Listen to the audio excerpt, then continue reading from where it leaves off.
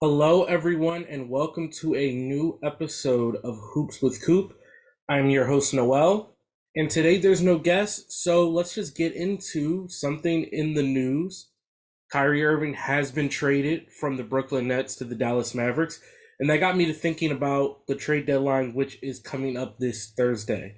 So, to start off with the Kyrie Irving trade, if you didn't know, Kyrie Irving got traded from Brooklyn pretty much as soon as he requested a trade from Brooklyn to the Dallas Mavericks for a first round pick, a few second round picks, Dorian Finney Smith, and Spencer Dinwiddie.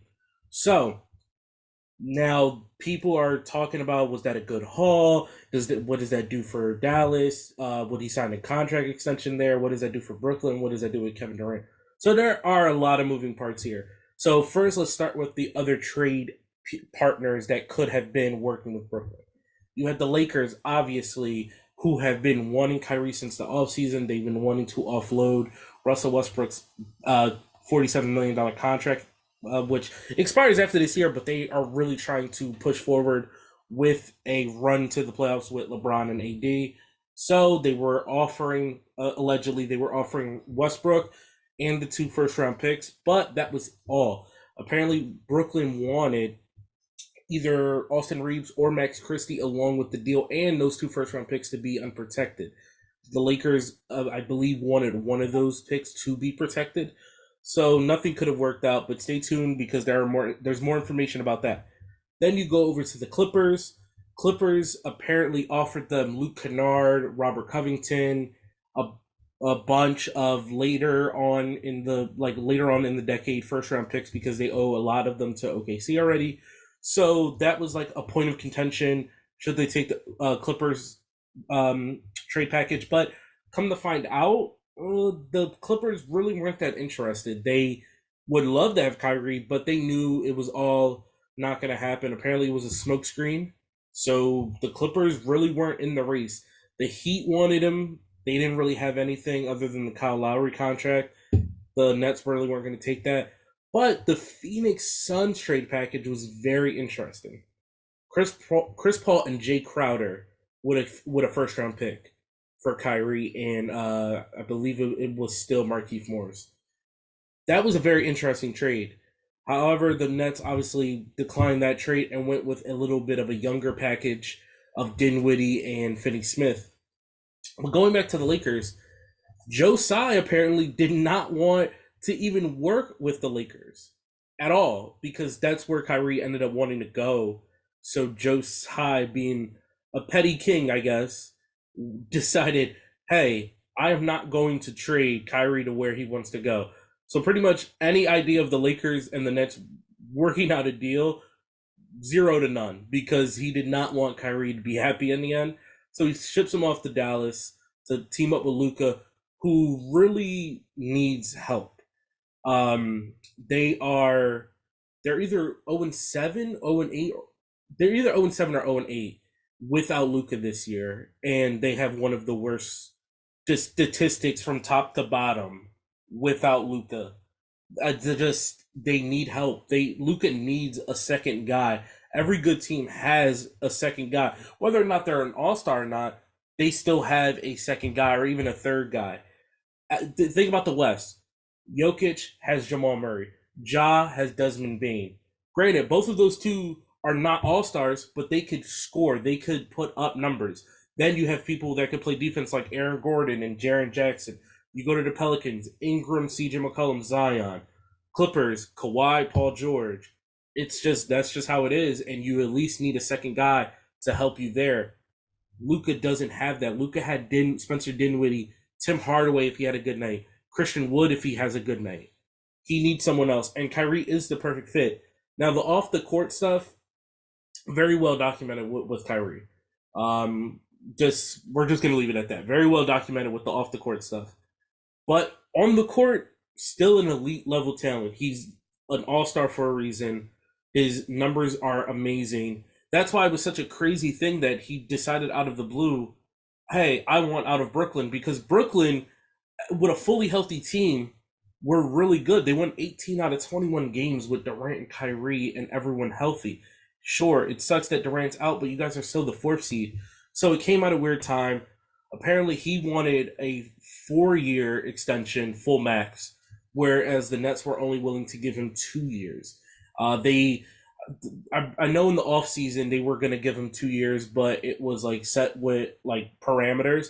But this time they were ready to give him 2 years with the full max. But Kyrie didn't want it. He wanted more of security, and now he's in Dallas, but he has not signed a contract extension yet, which is kind of interesting because now there's talks of a 3-year max contract extension. So it kind of just seems as though he was done with Brooklyn, and Brooklyn said, you know what, we can't take this anymore. We're done.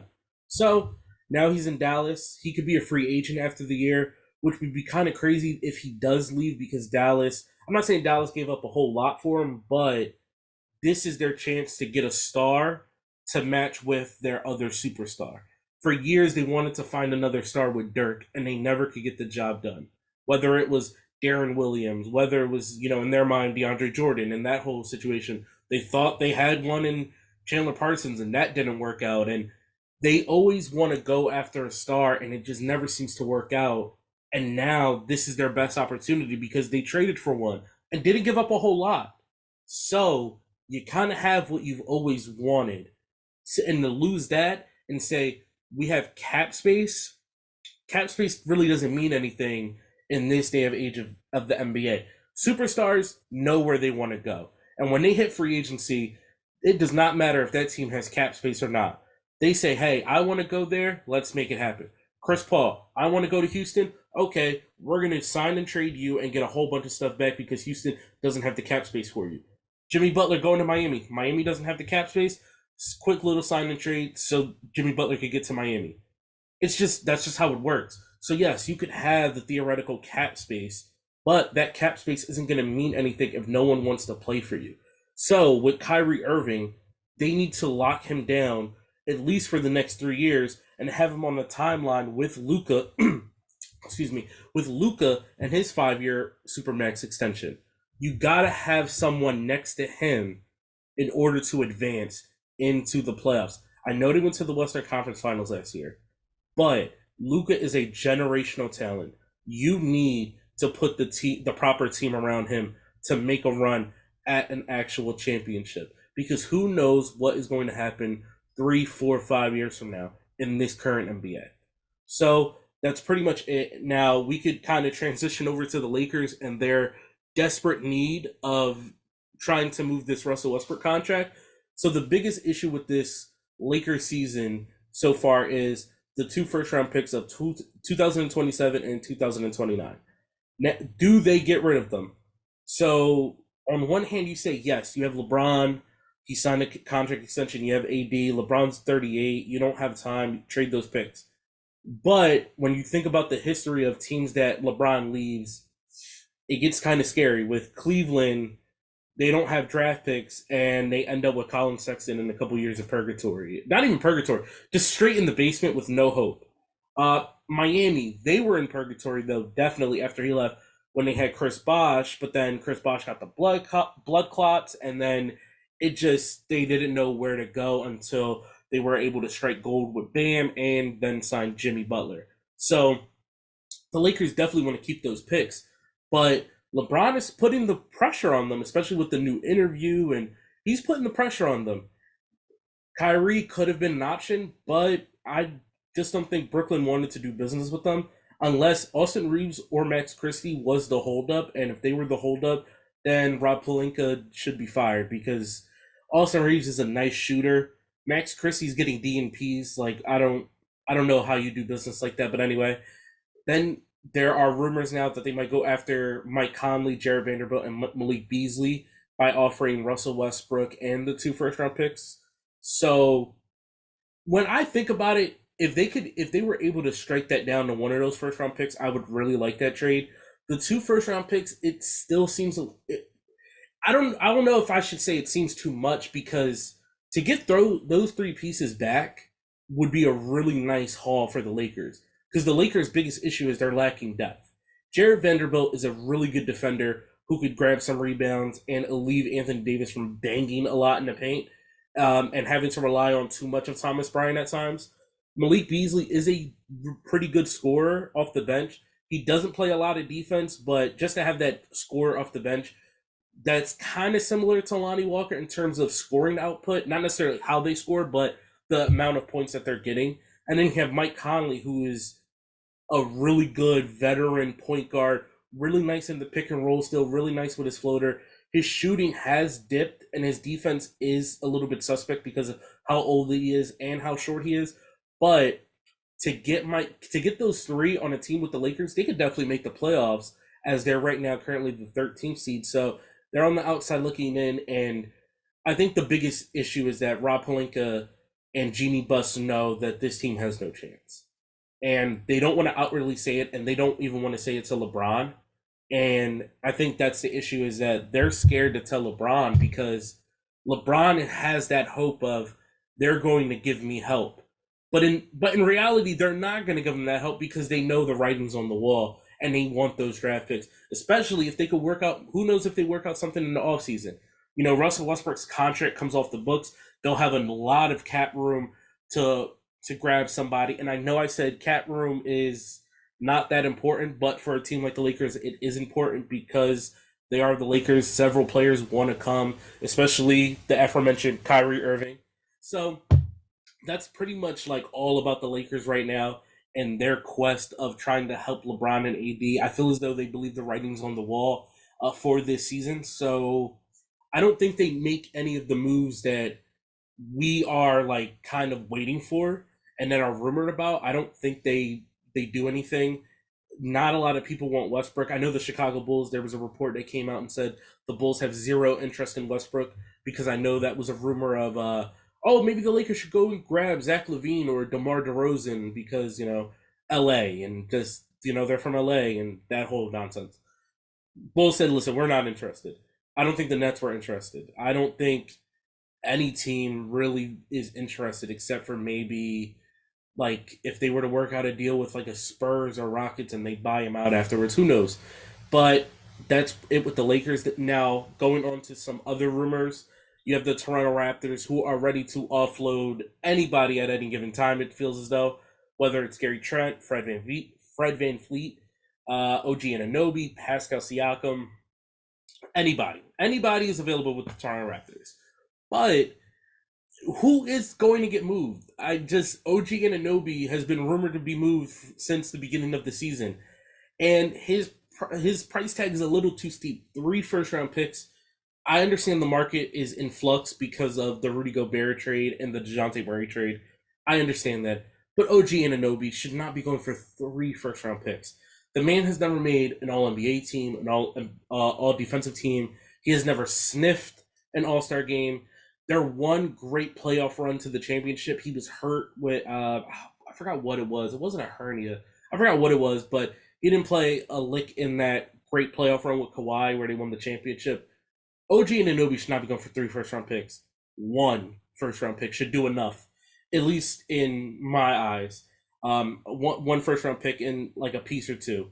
He's a really good player, very good defensively, but he is not the superstar that his price tag says he is in regards of a trade. So will OG Anunoby be moved? No one knows because of the price tag, even though a lot of teams are in on him. Grizzlies, Pelicans, Pacers, Lakers, Suns, all of these teams are in on OG Anunoby. But will he get moved? Nobody knows because the Raptors are asking for a lot. Then you had Fred Van Fleet, who is looking like might go to either Phoenix or the Clippers. I know he's been going through a lot this year, struggle wise. This season has not been good. The Clippers are in desperate need of another point guard as Reggie Jackson is not working, and John Wall. That era has not worked in LA. It's just done. Sad to see John Wall go out like this, but it's looking like it might be an end. And as a former Wizards fan, as you can see in the background, I used to love John Wall, so it's sad to see him go down like this. But that's just not working. In Phoenix, they want someone that could either replace Chris Paul now or at least Chris Paul in the future. That's a big thing for them, is that they understand Chris Paul is getting older. And fun fact about Chris Paul's contract, it is only, I believe, partially guaranteed the next 2 years. I either 15 or 20 million of it is only guaranteed the next 2 years, so they could get rid of him one of those years. Then going on to like Gary Trent, there's rumors he might get traded. No one knows to who, but rumors. Pascal, there was a report today that Masai Ujiri, the GM of the Toronto Raptors, actually visited the practice and called in Pascal to his office. Don't know if that's true, but it's been reported everywhere, so who knows? If what's unless he's saying, "Hey, do you want to get traded here?" or "Hey, should we trade such and such?" Who knows what's going on in Toronto? There is a bunch going on there. Then you go over to Utah Jazz. We talked about the three people that might be traded to the Lakers. Obviously, we all know that Utah has no intentions of winning this year, even though they are pretty good this year, especially with like Laurie Markin and making it to the All Star game. Walker Kessler has been really good. Walker Kessler has had a better season than Rudy Gobert this year, which is pretty funny. But the Jazz, they're going to try to offload some people. Spurs are going to try to offload some people. They actually acquired Dwayne Dedmon today from the Miami Heat, looking like they're going to buy him out as soon as possible. Miami Heat offloading some contract to be below the luxury tax, and potentially moving Kyle Lowry for a maybe a 3-for-1 for a good trade could be going to the Clippers for Reggie Jackson, uh, or John Wall, one or the other, Luke Kennard and Robert Covington. That is like a big rumor going around, especially with the Clippers not wanting to play Luke Kennard, even though Luke Kennard's all right, good shooter, but Ty Lue has no use for Luke Kennard. They are pretty much on the outs with him. They want him gone.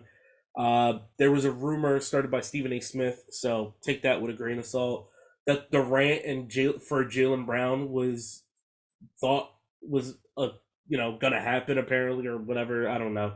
Stephen A. Smith just said, "Hey, we need ratings today. Let's talk about Durant getting traded for Jaylen Brown." That's not happening. The Jay Crowder saga of what? I don't even call it the Jay Crowder saga. Let's call it the Jay Crowder All Stars of players demanding trades that you look at and go, why, where, who? Jay Crowder definitely started the trend this year of demanding trade and not wanting to play, despite being Jay Crowder, who is a solid role player who struggled in the playoffs mightily and on an expiring contract. So yeah, I don't know. And now we're at Furkan Korkmaz of the Sixers demanding a trade. Uh, don't understand that because he's where he belongs, on the bench. I'm sorry to say, but he belongs on the bench watching a good team play. He could go to like the Rockets or the Spurs or one of those teams and get like 10 minutes, I guess. He could go to Detroit. I feel like Detroit would be a good fit for him. I feel like because they have like Alec Burks, and Alec Burks is a little bit older than what they are trying to go for. So Philly, just go send Furkan to Detroit for a bag of chips. Then there are just several teams looking for something that could probably push them over the hump. The Pelicans, they have been struggling. They want to get back to where they were in the beginning of the season. The Grizzlies are looking for a potential upgrade from Dylan Brooks. Dylan Brooks has kind of been the weak link, even though he is solid defensively, but his shooting can be very sporadic, so they kind of want to upgrade from that. Other teams are looking for upgrades. Milwaukee looking for another bench piece because just they've been trying to move Grayson Allen all year. They don't see him as they kind of have Pat Connaughton, they're very redundant, so they want to move Grayson Allen and get someone probably a better ball handler to help with Drew Holiday, even though they do like Javon Carter, or they want to go with another wing player that could defend some of the top players like a Tatum and Brown in the playoffs. So a lot of trades are going to happen. Hopefully, the trade deadline comes and goes every year. We have big years, we have small years. This year it started off pretty good with the Kyrie Irving trade. Now, do I think that it's going to get better from there? No, I do think it's going to regress. I don't see a Zach LaVine or DeMar DeRozan or Kevin Durant getting traded. That's just not something I see happening before Thursday or on Thursday. So I just see this kind of being the highlight of the Kyrie Irving being the highlight trade of the trade deadline. So hopefully your team, whoever team you root for out there, makes a move that you enjoy, that you like, that you see a future with. But stay tuned because it is going to be a crazy Thursday with trades, rumors, who's going to be moved, who's not going to be moved, who was going to be moved, all of that and more. So, thank you for joining me this week on Hoops with Coop. Please join and subscribe to the channel. Subscribe to all the other Cooper Sports channels. Don't forget to join the Discord where we talk sports every day and give the degenerates out there a lot of sports betting tips. So please take care. Thank you for all coming and enjoy the rest of your week.